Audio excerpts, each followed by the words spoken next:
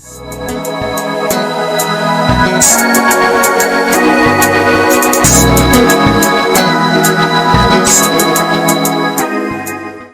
media plays a major influence in our day-to-day lives. Whether we want to or we don't want to, it does play a role.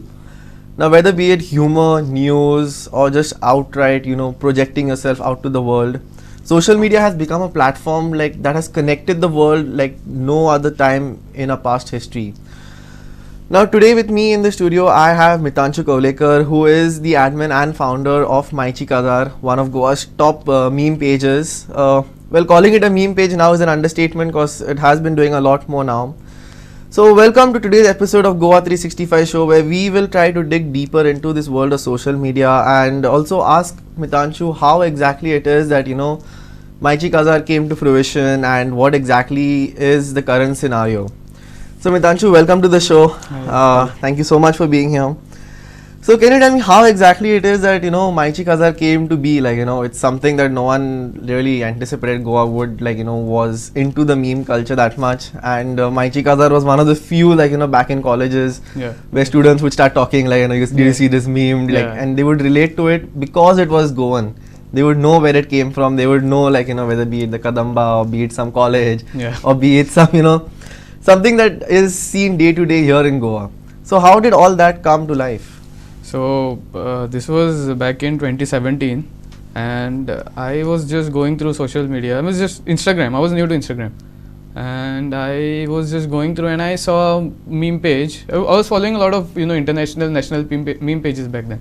So I saw there's this meme page that I was following and I saw that there was this picture. It was a drawing that I had done. But it was posted by someone else. I was like, how did someone, this is my drawing. I mean, it was a Hindi or English textbook. There was something I had sketched. So it was on Instagram. So I asked a friend about it. And he was like, this is your friend. So I was like, okay. Then I asked him, this is your, I would like to be a part of it. Then I was just, I was a part of it. I was just making memes. We were just stealing memes. We were not making memes that time. We just, reposting. Okay. We didn't have followers. It was just, just take it from someone. We feel if they were good, we would just post them. No followers.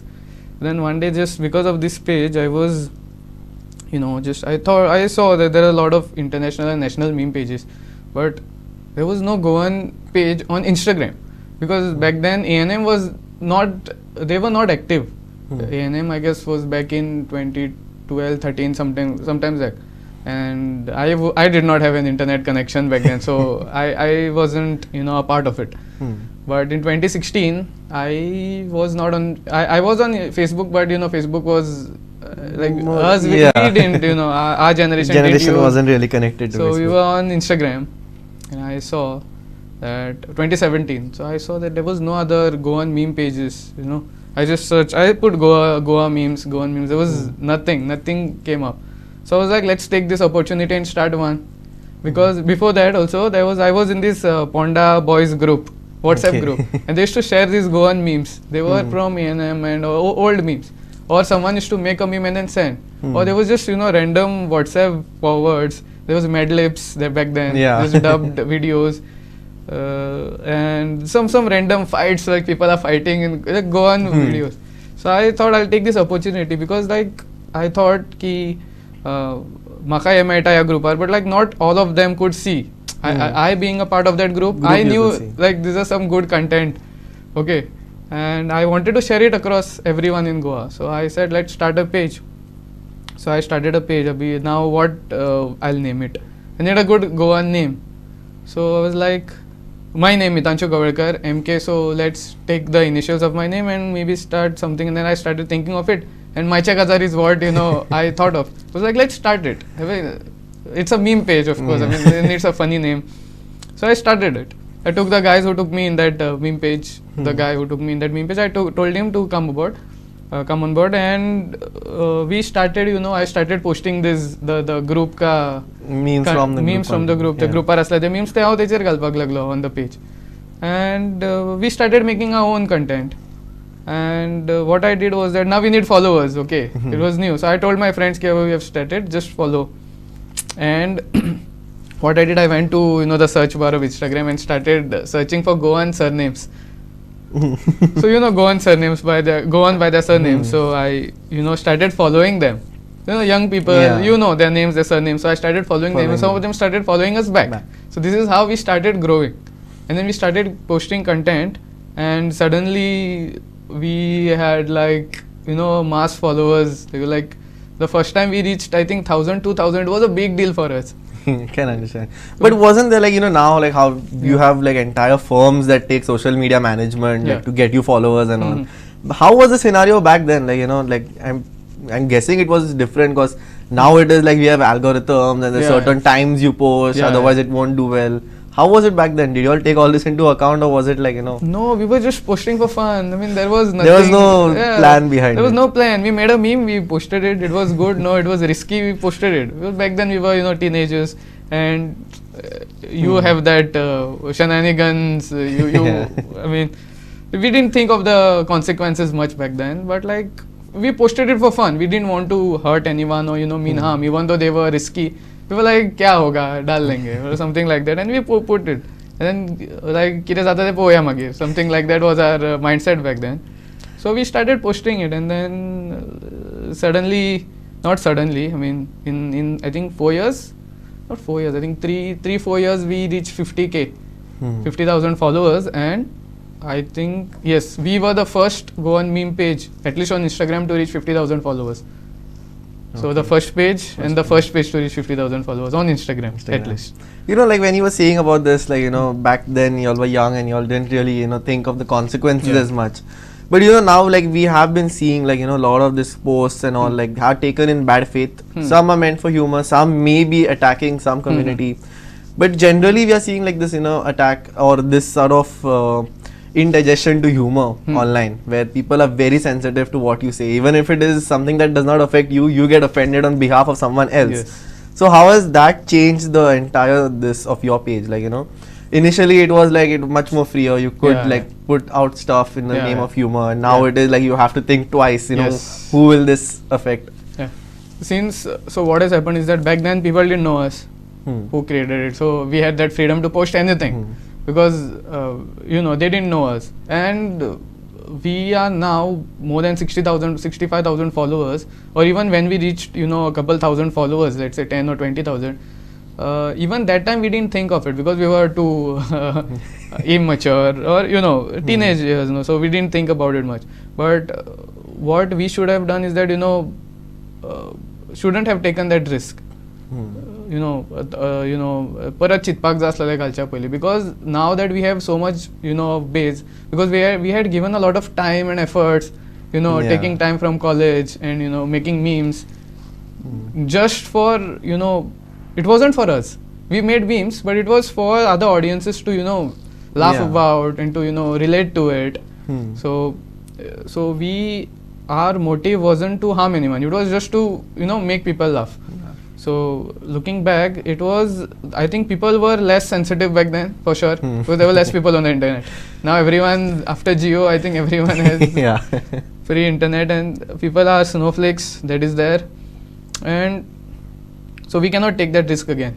Okay, now that we are more than a meme page, and it took a lot of time and effort to make that, we have to think about that also. We just can't risk it again. And people being sensitive, yes, they are being sensitive, but I don't know, there are people I cannot tell you about them. Yeah, I can completely understand. Also, you said about you were in college, and just for our viewers, we were both classmates, we both done our engineering. How was it that is debatable whether you were there in class or not, but the fact that doing college and it was engineering and also managing the social media, you also have these DMs coming in, people trying to contact you, and how was all that management in college? Were there did you have more people to kind of keep a check what is happening on the page, or was it just running in the background and you would post every now and then? Yeah, I think the latter. I think we would not think much about it. Even other admins back then, they were also in college. So even we didn't check our DMs always. There were hundreds and 200s of DMs that we used to get daily. On the daily? Daily. I mean, we couldn't reply to them. There were, most of them were they didn't like a meme or they hated it, they were like remove it or whatever, like threads. Yeah. Many of them were like, we like your memes or whatever. Most were like, shout out the mare. Back then it was just, you know, shout out the mare. Like what's it? Something like that. DM. We would, you know, if there was someone like that, we would, you know, reply them back. Like paise di mare or something like that. But yeah, we took time. But for me, it was, you know, like I was in college, but I was not. Even if I was physically present, that I was not mentally present. So I think it was, for me back then, it was subconsciously. I used to make memes subconsciously because, like, let's say I saw something, let's say a kadamba, or if I saw a kadamba that was fallen or somewhere, so I'd make a meme about it. Or if I saw some meme which is, you know, nationally or internationally posted, it was good, then I would, you know, make a Goan version of it. You know, put Goan elements in it. I wouldn't directly translate it because yeah, it's a bit different. But like there are lots of meme pages who directly translate it. Yeah. But what I saw from those meme pages is that people did not have access to those memes that I saw. So, you know, translating them. Yeah.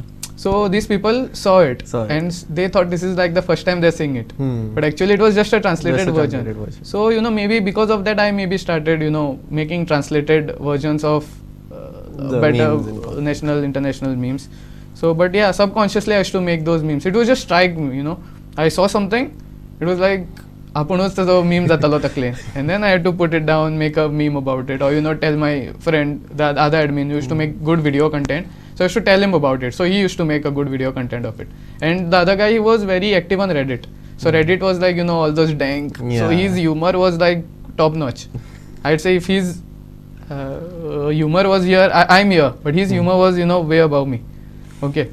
And for at the moment, I think I don't see any the reels that I'm seeing, all the content that I'm seeing today is not funny for me. Yeah, it's a complete shift from what it was earlier. Earlier we would have context, we'd have some relation. Now it is... No, they are relatable, but they are not funny. At least for me, I don't feel them funny. But you see the comments they are getting, they're like a lot of this. But like I think what the crowd wants, you have to give them. Yeah. I mean, like, at some point I personally do not find them funny. So... But you know, how is it like, you know, like there are so many pictures on your page, like, you know, whether it's some writing on a car and like, you know, sometimes there'll be something really funny and sometimes it'll be like, you know, especially like this tourists that come in and, you know, sometimes they break the law. And like while news channels and all, like they kind of put the legal aspect of it, what was wrong and what happened. You're gonna take a humorous twist on it. So how is it that you see that humorous angle in these things? Like when you see a writing in a car, you're driving a car, you just like laugh it off and like that was it. But on your channel, like there are pictures and there will be something else, like, you know, when you were so and so, and then put that image. So how do these kind of things just pop up? Like, do people send you, or is it something that you see on your day-to-day life and you find humor in it? So people only started sending it to us. Okay, maybe it was because of that group, it was just WhatsApp forward. And mostly they were WhatsApp forwards from this group back then. But now people are sending it us on DMs, through DMs, or, you know, texting me personally. Mostly DMs, or even they are mailing us.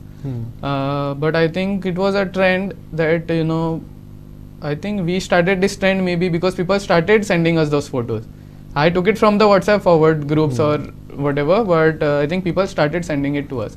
So it wasn't our original, you know, I cannot go around clicking pictures of everything. So people started sending it.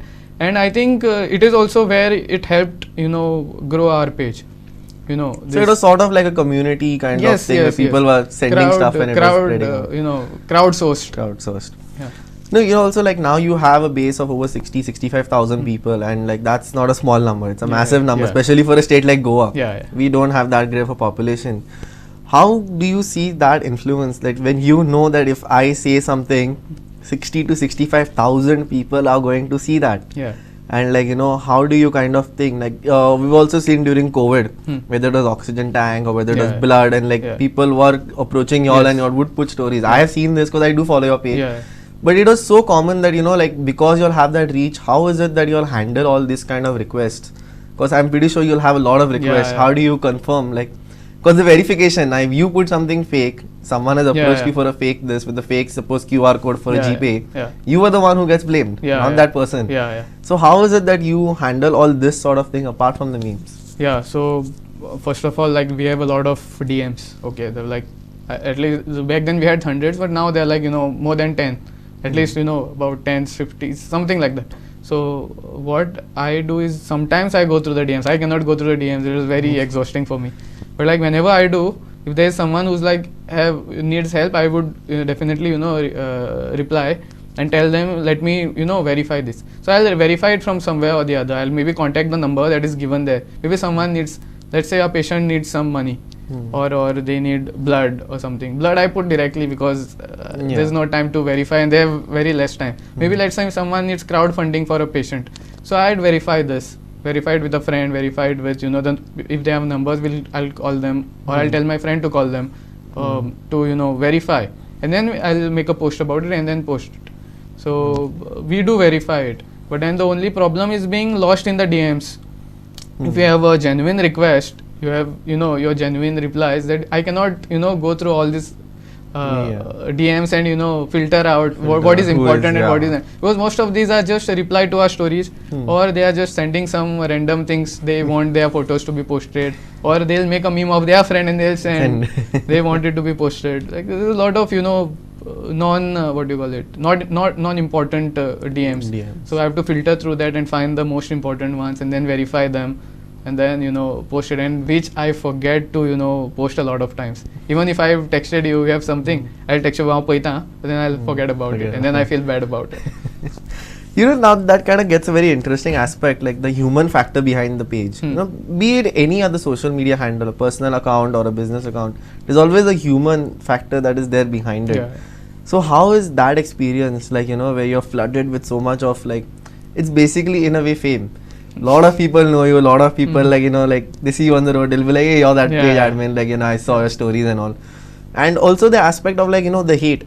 Any person, whether it's personal or a meme page or any other, you are bound to get a little bit of hate.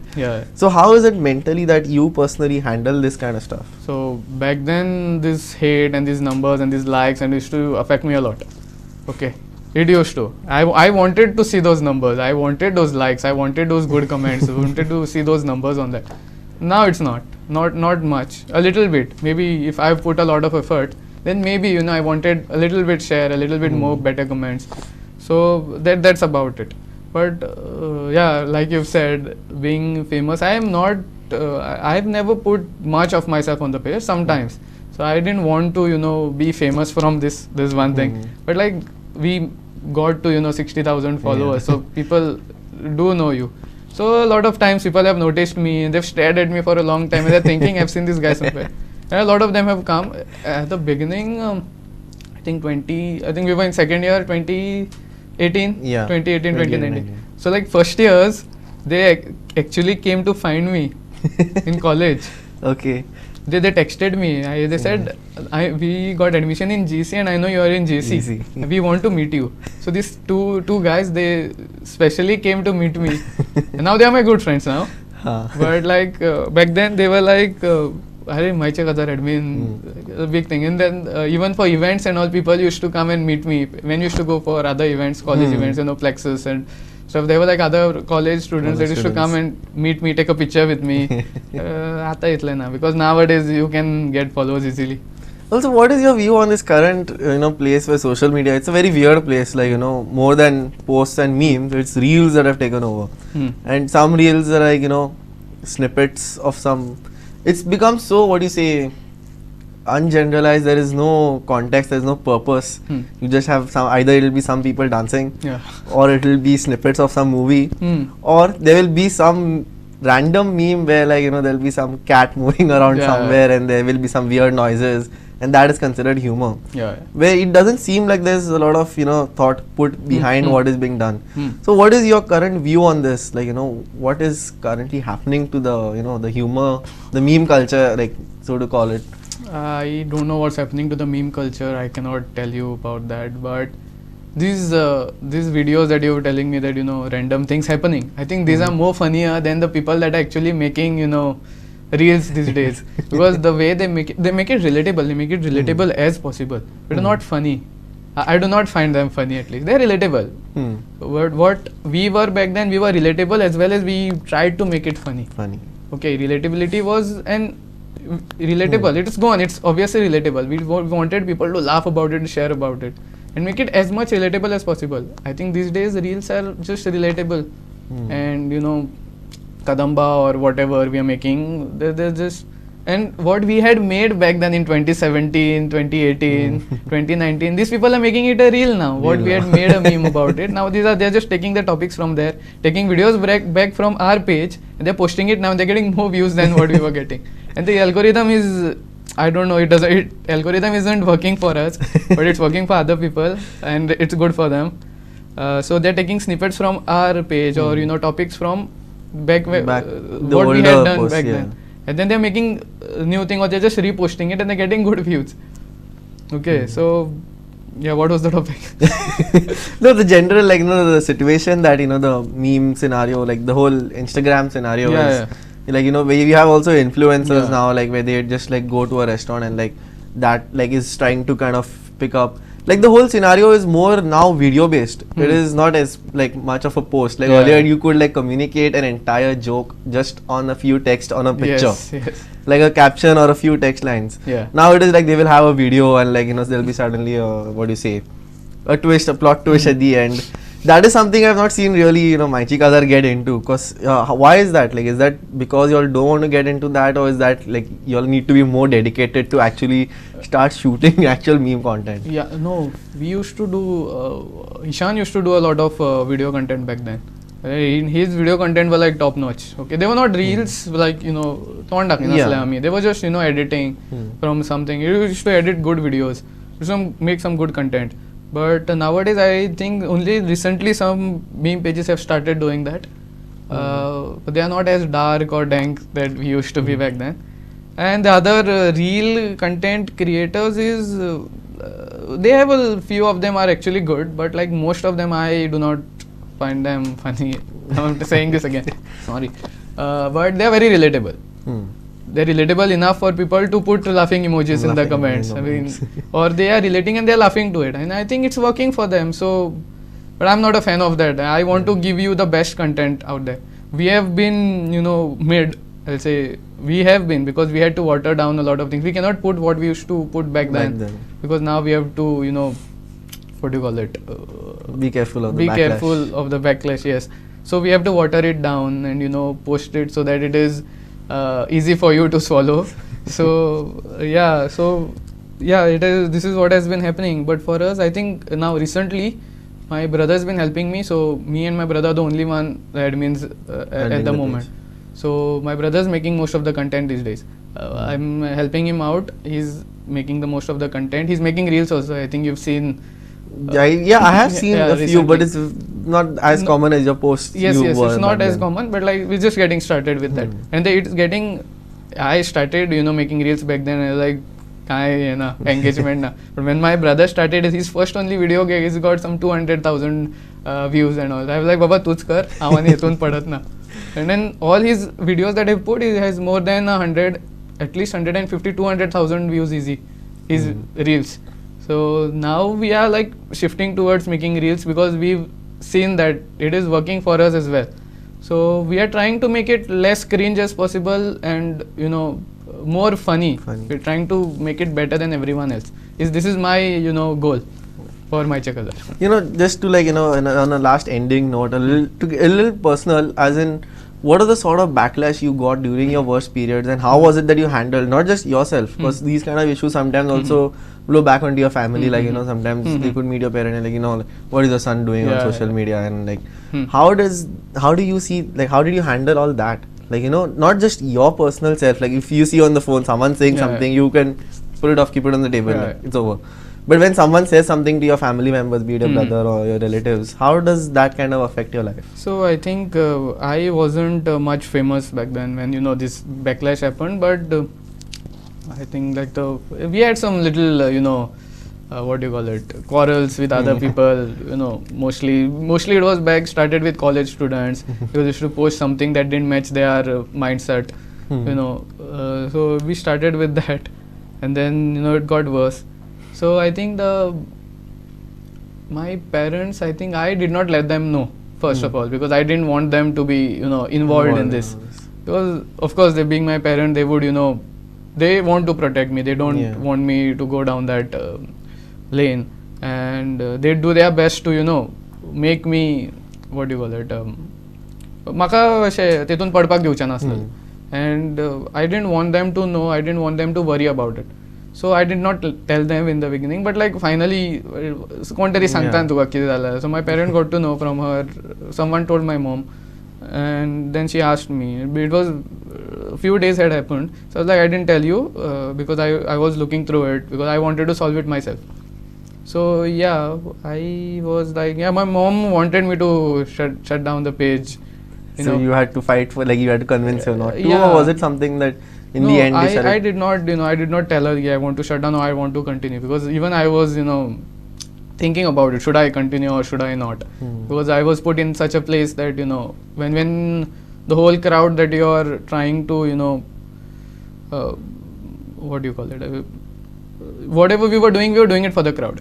Okay, we were earning a little bit from it. I'm not saying we were not, but like it's sometimes it's not like a salary. Yeah. So we are putting our time, we're putting our efforts just to make you laugh, just to since you're anyway going through social media and watching a lot of PS on social media, we were giving you something good to look at and being Goan, like something relatable for you. But even after that, you did not, you wanted to cancel us, you did not support us. So I was at that point ki इतलें हेंका केलें तरी पूण हेंच्या कडल्यान काय बरें काय मेळुना. So should I continue with what is that? the point What is of- the point? yeah. So yeah, that was when I decided to shut it down. And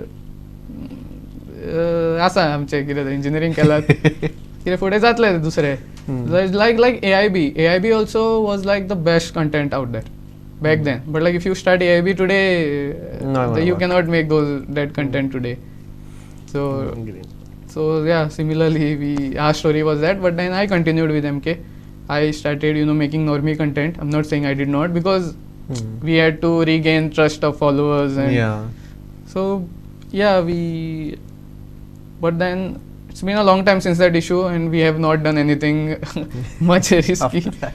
And yeah, we do post a lot of things that people send us. So maybe a video of someone's car or something that is having some people fighting, but then they tell us ki remove it, that it's me in that video, it is someone related to me, and then we remove it. We do not, पयलीं जाल्यार तूं सांगलें आमी काडना तूं जाय तें कर.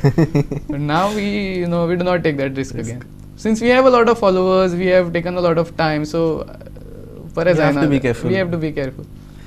Okay. Anyways, we are running out of time, and thank you so much for talking to me and the viewers here. And we would be glad to see a lot more content coming from you all. Yes, thank you. So thank you again for coming on the show, and keep watching GOA365.